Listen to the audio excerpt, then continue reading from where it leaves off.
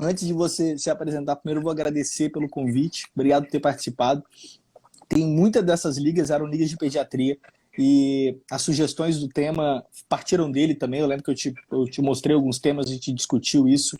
Então, assim, maravilhoso. Acredito que a galera vai aproveitar bastante. É um tema importantíssimo na emergência pediátrica e é um tema que qualquer generalista, apesar do medo que venceremos hoje, ele tem que conhecer, né? E assim, a gente tem uma coisa aqui que é perguntar para a galera, para você ser, antes de tudo, né? Você contar um pouquinho, conta para a galera quem é você, para a galera te conhecer também. Você tem um Instagram muito massa. Então, acho que vamos começar por aí. Hello, queridos colegas médicos espalhados pelo Brasil afora, dando plantão nas emergências. Eu sou Carol Esposo, sou médica pediatra em São Luís, Maranhão. Talvez a maioria aí nem saiba onde é que fica o Maranhão. Mas é onde Judas se perdeu, a gente achou ele aqui no Maranhão. Ele se encontrou aqui dançando boi. Nordeste, tá? Sou pediatra geral, não tenho nenhuma especialidade dentro da pediatria. Trabalho principalmente com consultório, gosto muito disso, mas trabalho também no principal hospital de emergência daqui de São Luís, que é chamado Hospital São Domingos, no setor de emergência pediátrica, e trabalho também em sala de parto, atendendo recém-nascidos no Hospital Universitário da Universidade Federal do Maranhão, que é da rede Unicef, que tem aí pelo Brasil inteiro. Tem. Maravilhoso, maravilhoso. E aí, Carol, eu te pergunto, por que vale a pena saber o estado do mal epilético? Por que vale a pena conhecer isso para você poder dar um plantão mais seguro? Eu vou tirar os comentários para não ficar entrando na sua frente aqui. Ótimo. Então, a gente precisa conhecer porque vai que a gente vai dar um plantão aí numa UPA, chega uma criancinha com 3, 4 anos e a criança começa a convulsionar, uma convulsão atrás da outra. É isso que a gente entra aí já na definição de estado de mal epilético. O que é estado de mal epilético? Eu espero que tenha chegado para vocês o materialzinho. Vai chegar para todo mundo. A gente vai mandar. Ficou maravilhoso, inclusive. Isso vai causar até ansiedade na galera agora quando você falou isso. E o material da doutora Carol ficou maravilhoso, maravilhoso. Está até aberto junto comigo aqui. Não ficou tão resumido assim, porque é um assunto um pouco grande, mas eu foquei nos pontos principais. Então, a gente começa de tudo, da medicina começa da definição. O que é estado de mal epilético? Ou é uma convulsão prolongada, que não resolve, ou são várias convulsões, uma seguida da outra, que acontecem sem que esse paciente recobre a consciência. E a gente usa o critério tempo também. A maioria dos autores define 30 minutos. Então, são crises convulsivas uma atrás da outra, acima de 30 minutos. Estado de mal epilético. Sendo que, a partir de 5 minutos, a gente já tem lesão, a gente já tem hipóxia, começa a ter morte neuronal, já começa a ter acidose. Então, a partir de 5 minutos, a chance de a gente conseguir reverter é muito baixa. Então, alguns autores definem um tempo de 5 minutos para definir estado de mal epilético, mas a maioria usa meia hora. Entendi. Minutos. Esse paciente, normalmente, Carol, esse paciente pediátrico, né, claro, essa criança, ela tem alguma idade assim que é mais comum? Assim, ela até 2 anos, de 2 a 5 anos, até 10 anos, ou é uma coisa que não tem uma definição tão clara assim? É mais comum nos 2 primeiros anos de vida. É mais comum, mas pode acontecer em qualquer idade. E tem uma incidência grande, assim, se falando na infância, isso acontece bastante? Como que é essa incidência? Acontece muito. É a principal emergência neurológica em pediatria, é o estado de mal epilético. E todo pediatra que atua em emergência, e o clínico mesmo precisa saber a sequência de drogas que a gente vai usar. Quando eu estava aí fazendo a prévia, né, das lives, alguns colegas mandaram, faz diazepam, depois já faz midazolam em tuba. Epa, calma, vai assistir a live para você saber. Calma aí. E assim, Carol, tem alguma causa que a gente pode chamar, algum processo etiológico que o médico ali no pronto-socorro, ele já tem que ligar a chave? Acho muito legal. Isso chega a criança, vamos dar só uma revisadinha rápida ali. Chegou a criança convulsionando esse tempo, né, de mais de 30 minutos, você pensou no estado de mal epilético. Tem alguma chavinha que eu preciso ligar para pensar num diagnóstico, numa etiologia? Sim, as principais causas de estado de mal epilético em criança são quadros febris. Isso aí tudo a gente está lá no material. Suspensão abrupta de medicamento antiepilético, ou não adesão ao tratamento. Então, é uma criança que teve um diagnóstico de epilepsia, consultou com a neuropediatra prescreveu os medicamentos anticonvulsivantes e a mãe às vezes não entende. Ela orienta, às vezes precisa fazer mais de uma droga, ela faz errado. Sim. Baixa adesão ao tratamento. E aí depois as outras causas. TCE é uma causa importante. TCE, principalmente criança maior, criança que já faz muita atividade, criança agora na quarentena, em casa, muito acidente doméstico. Então, TCE, tumor cerebral é uma causa importante também. E lembrar do período neonatal, uma causa importante de estado de epilético são os erros inatos do metabolismo. E a conduta no recém-nascido, embora esteja muito específico, talvez para os colegas aí que não são da pediatria, a conduta, o medicamento no recém-nascido é diferente. Se não na criança grande. Só dar Pode falar, Carol, desculpa, te intrometi. Na criança grande, a gente começa com benzodiazepínico, no recém-nascido, não. A gente começa com fenobarbital, é diferente. Eu vou voltar para esse ponto da etiologia, para a gente tentar amarrar um pouquinho mais essa história. Até porque eu gostei bastante quando você falou dessa história da quarentena. Inclusive, pessoal, se você está curtindo essa live, dá um coraçãozinho para a doutora Carol, que ela gosta também de coração. Sei que ela gosta. E é o seguinte, essa parte de etiologia da quarentena, do trauma, eu vou até contar uma história aqui para o pessoal, para ilustrar um pouco. Assim, eu estou sempre de plantão, em pronto-socorro, e realmente na quarentena eu tive uma percepção do tipo de paciente pediátrico que eu costumo atender. E os traumas domésticos aumentaram, assim, absurdamente. Eu cheguei a plantão onde eu atendi um adulto e 6 crianças, por exemplo, assim. Claro, o atendimento caiu para cirurgia, mas o atendimento pediátrico aumentou. Isso me chamou muita atenção. E o TCE aumentou muito, então achei muito interessante o que você falou, porque nesse quadro de TCE, apesar de nenhum desses pacientes que eu atendi com TCE evoluíram para uma crise convulsiva, né, para a gente caracterizar desse jeito, é uma coisa que você tem que pensar, né? Se você não tivesse informação que o paciente pode evoluir desse jeito, talvez você ache que não seja exatamente pelo trauma, né? E pode ser deflagrado pelo trauma. Então, acho que, principalmente na quarentena, aí, realmente os acidentes aumentaram muito e talvez seja uma coisa que vale a pena a gente ficar na cabeça. E outra coisa que eu queria perguntar, Carol, em relação a esse quadro febril que você falou. Febre, qualquer febre, ou a febre tem algum padrão para fazer eu pensar nisso? Qualquer febre. Febre, por exemplo, associada a uma amidalite. A febre, o quadro febril, uma meningite, por exemplo, é uma causa importante de estado de mal epilético.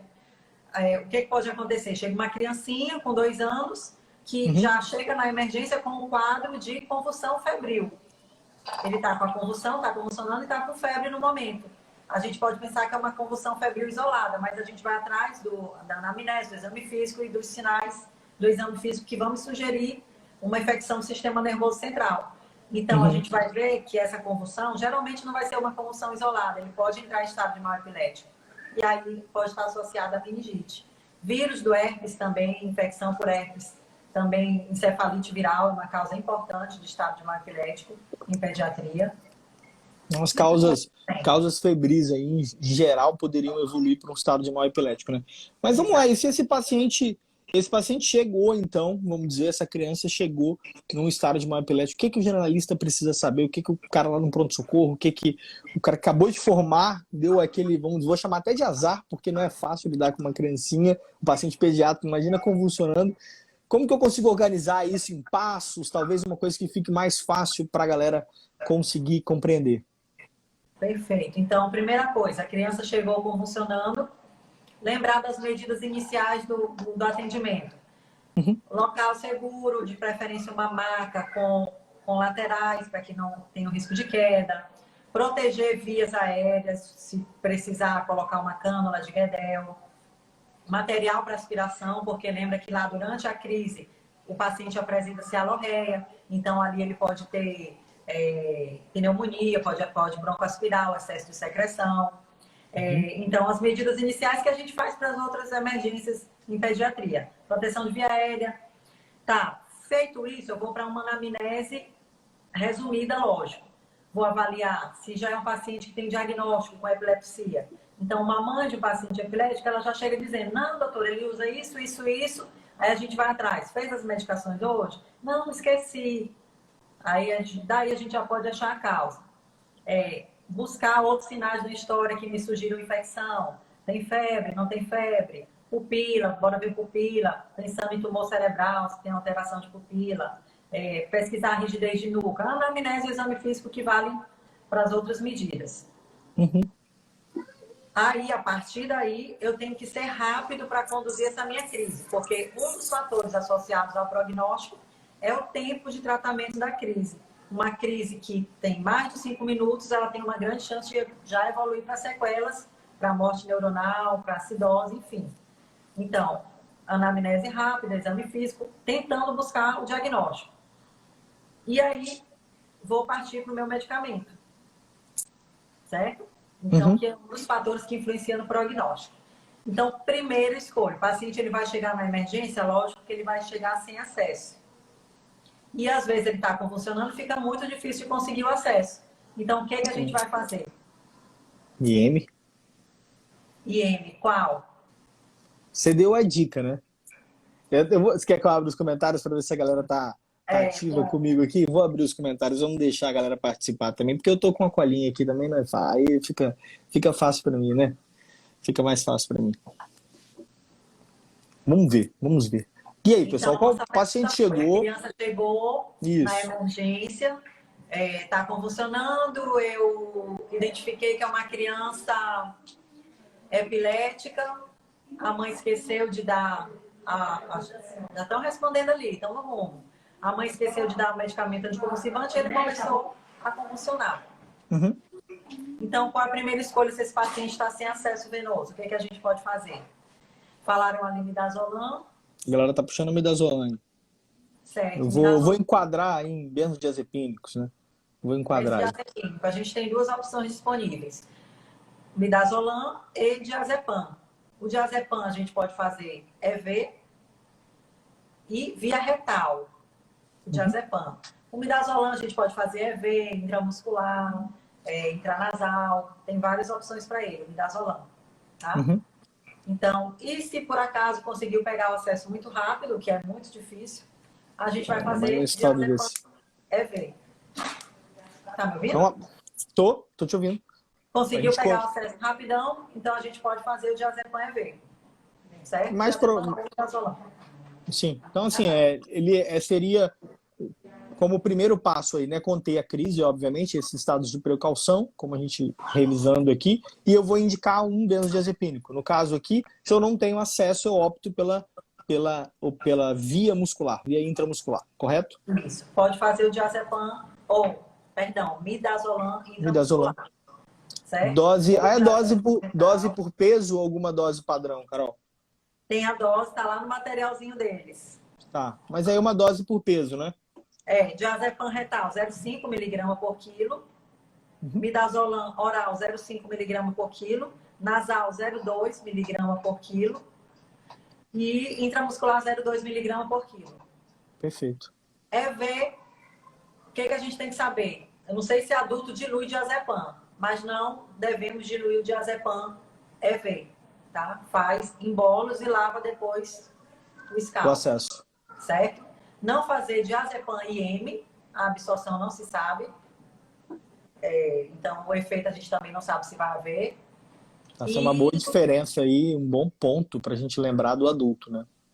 Isso. Adulto dilui diazepam, eu não sei. Não, a gente, na verdade, é mais pelo fato da gente usar o diazepam com muito mais, vamos dizer, regularidade, né? E a regrinha básica? O diazepam dose peso vezes 0,06. Peso vezes 0,06. Aí fica fácil. Conseguiu acesso, peso vezes 0,06. Então, essa aí é a minha primeira escolha para crise convulsiva em criança grande. Lembra que se for um recém-nascido, porventura chegou no plantão convulsionando, a primeira escolha é fenobarbital. Essa criança grande é até 2 anos, Carol? Que não é mais recém-nascido. Recém-nascido até 28 dias. Então, até 28 dias a gente faz fenobarbital. 20 mg por quilo EV. A dose inicial. Tá? Não faz diazepam. E lembra também que todo paciente que a gente vai fazer benzodiazepínico, embora geralmente, na primeira dose, não faça depressão respiratória, mas existe o risco de depressão respiratória. Então, tem que ter material disponível para intubação. Perfeito. É proteção de via aérea com o uso do benzodiazepínico. Isso é legal para a galera lembrar que às vezes você acaba entrando num nervosismo ali quando você está lidando com uma situação de emergência e às vezes muitas vezes você esquece de se preparar antes. Muito mais importante do que correr, às vezes, atrás do atendimento, é dar um passo para trás, preparar a situação primeiro. Então, se eu preciso se eu não tenho uma emergência equipada, que seja pelo menos um carrinho de parada, onde eu vou ter medicação, vou ter aparelhato. Se eu estou sozinho, eu tenho uma pediatra, por exemplo, que está em outro setor, que peça para chamar, e aí eu vou para atender o paciente, né? É importante esse passo atrás. Sempre tem essa reflexão, né? Sempre que a gente vai estudar emergência, a gente tem essa reflexão de se preparar, né? Exatamente. E aí tá, fiz o diazepam ou midazolam, o paciente continuou convulsionando. O que é que a gente vai fazer? A gente pode fazer uma segunda dose do diazepam ou do midazolam? Pode. Só que aumenta o risco de depressão respiratória e não tem tanto benefício no controle da crise. Então, ou a gente repete, ou a gente já vai fazer medicamento de segunda linha. Que aí nós temos 3 opções. Vamos. Ativa aí os comentários. Deixa eu ativar os comentários para a galera, então. Vamos lá, galera. Então, a gente fez uma primeira dose, a gente tratou o paciente, só que ele voltou a ter uma crise. E aí, agora a gente quer discutir agora qual a sua opção, a não ser desesperar e abrir o telefone, correr para o banheiro, chorar. Tirando essas, qual que é a sua outra opção? A galera tá respondendo aí. Estão indo bem.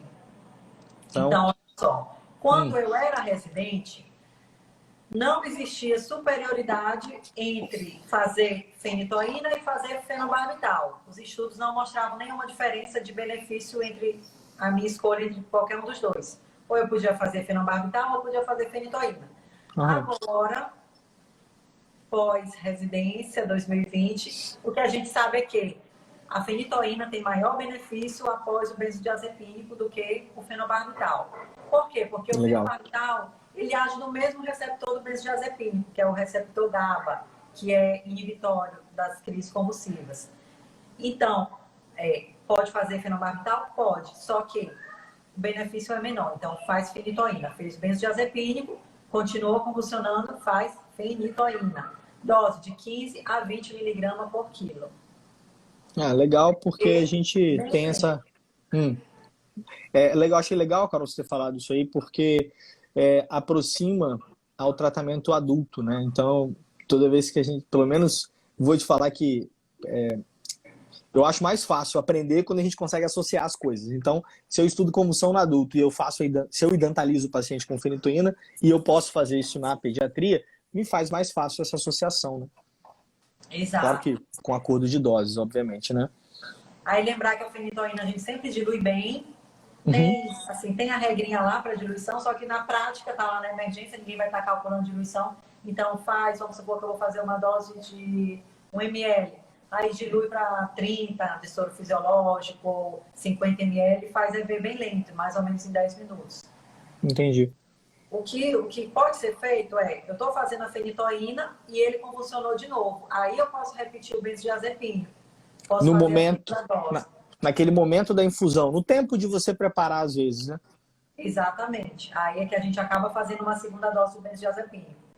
Mas aí faz a fenitoína, não resolveu, aí a gente já vai passar para o fármaco de terceira linha, que aí já é o medicamento anestésico. O ideal é que aí a gente já esteja em UTI e esse paciente provavelmente já vai estar entubado, porque já vai estar um Glasgow muito baixo. É um paciente que se manteve, vou até abrir os comentários aqui, porque às vezes é interessante o pessoal imaginar a situação. Então, assim, eu consigo ver essa situação acontecendo, porque já vi em paciente adulto, né? O paciente que não está saindo do quadro convulsivo é um paciente que está fazendo hipóxia. Não tem como você mesmo falou, ele vai evoluir para um quadro de hipóxia, né? Então, nesses momentos, na verdade, por isso que a gente já trouxe a atenção para a via aérea, esse paciente vai ser entubado, né? Então, isso é relevante a gente ter esse conhecimento, que não é uma coisa tão tão assim, vamos dizer, como a gente está colocando. A gente está tornando bem simples a situação. O tratamento pode ser simples, mas a situação, às vezes, é muito mais complexa, né? E você falou do medicamento anestésico, Carol. Qual o medicamento? Eu não sei se você falou, eu não ouvi. Aí a gente tem várias opções. Propofol, midazolam, midazolam contínuo, que mais? Tiopental. Tá tudo no material. Não existe nenhum benefício, assim, não existe diferença entre fazer midazolam, fazer propofol, fazer tiopental. Um fármaco não tem mais, não existe uma recomendação formal, não. Depois que eu fiz a fenitoína, eu sou obrigada a fazer o midazolam em infusão contínua. Não. Eu vou de acordo com a minha experiência. Então, se eu costumo usar mais midazolam contínuo, eu uso ele. E, por exemplo, ketamina, se é um paciente que é asmático, enfim, eu vou considerar a situação clínica do paciente. A ideia é que você está falando sobre um processo de sedação, né? A gente vai sedar aquele paciente se ele continua mantendo o estado epiléptico, né? Então, o sedativo, a indicação vai depender do sedativo que eu escolher, né? E que eu tiver mais, vamos dizer, tiver, às vezes, até no serviço, né? Porque pode ser que eu não tenha, às vezes, naquele momento, um propofol. Eu só tenho midazolam, então, fazer o quê? A gente falar que a indicação talvez seja ketamina, mas pode ser que no seu serviço você não tenha ketamina para fazer. Então, isso é interessante sempre estudar os principais. Vou até abrir os comentários aqui, porque eu acho essa é uma hora que você precisa prestar atenção. Sinta esse mantra, tá? Estudar droga de sedação, droga vasoativa, principalmente sedação. É importante que vocês leiam as principais drogas, porque nem todo hospital vai ter a droga que você quer. Então é importante que você conheça elas, saiba as principais indicações e saiba usar. Não precisa decorar todas as doses, porque dose é algo que você pode acessar. Dose você pode abrir, olhar, né? Mas agora, saber quando usar, entender o que está acontecendo, aí não tem jeito, não tem aplicativo que vai te usar, que vai te ajudar, às vezes, ou uma consulta no Google, às vezes, não vai te ajudar.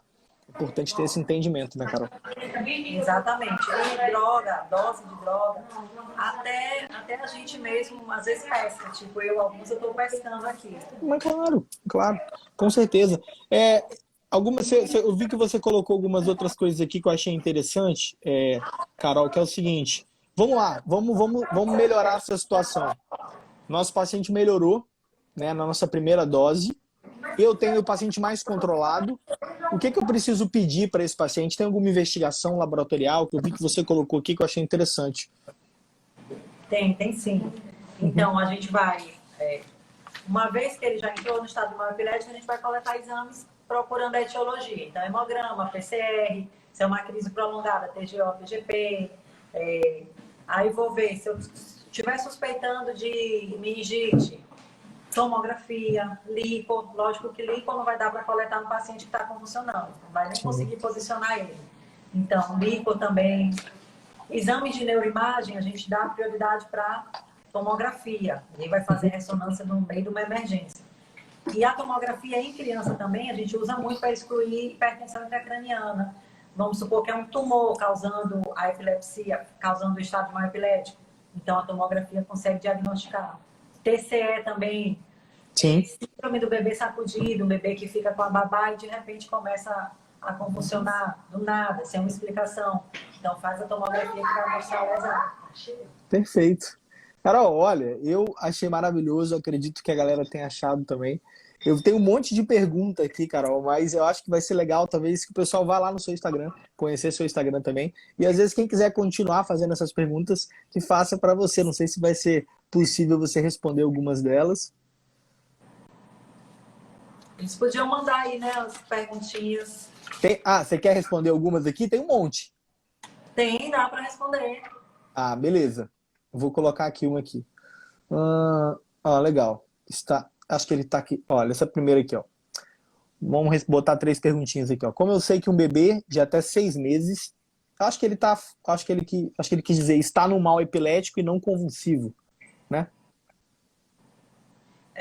Isso aí, ele até falou, eu esqueci de dar essa diferenciação. O estado de mal epilético a gente pode diferenciar semioticamente em convulsivo, em que existe manifestação motora, então é aquele clássico, que a gente já sabe, né? Convulsão tônico-clônico generalizada.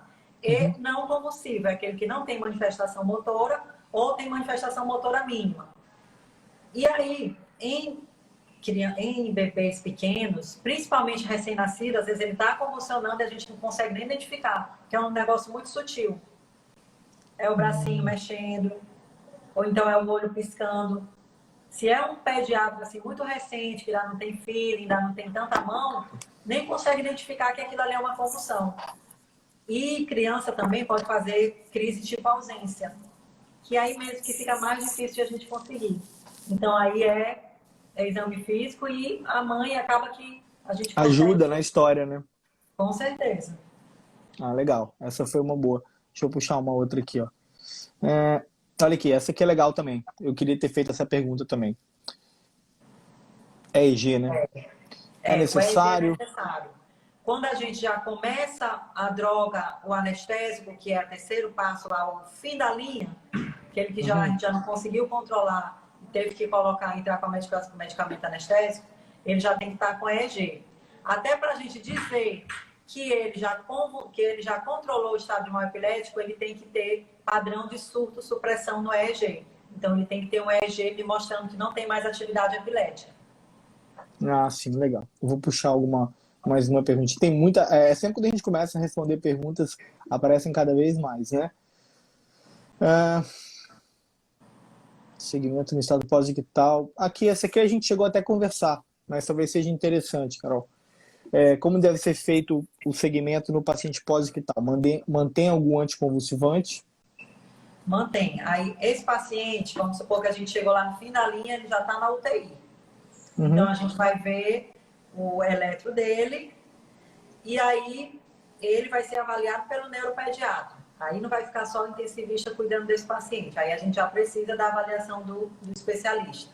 Aí já não é mais o emergencista, não é mais o intensivista conduzindo só. Aí entra até para ver qual o medicamento que vai ser mais adequado. Vamos supor que é uma crise associada a um tumor cerebral, é um anticonvulsivante. Se é uma criança que foi prematura e tem uma epilepsia associada a anóxia cerebral, é outro medicamento. Então aí é o neuro mesmo, sai da especialidade.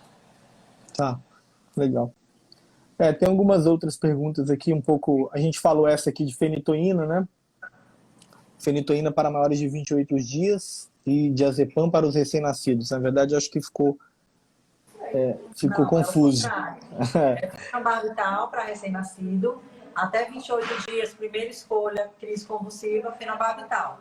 A partir de 28 dias, aí entra benzodiazepínico, fenitoína, ou fenobarbital, ou ácido valproico também, são os medicamentos de segunda linha, sendo que dando prioridade para a fenitoína, e depois os anestésicos.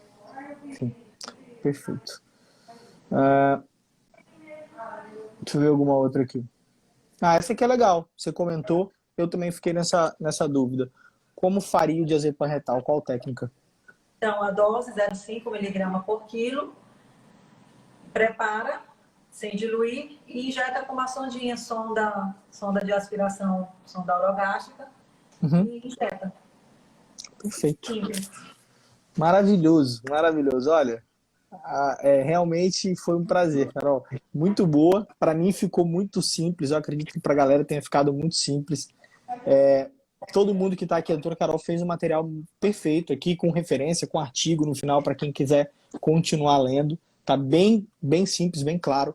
Eu vou colocar isso para vocês, tanto por e-mail, para o pessoal da jornada, quanto no Telegram nosso.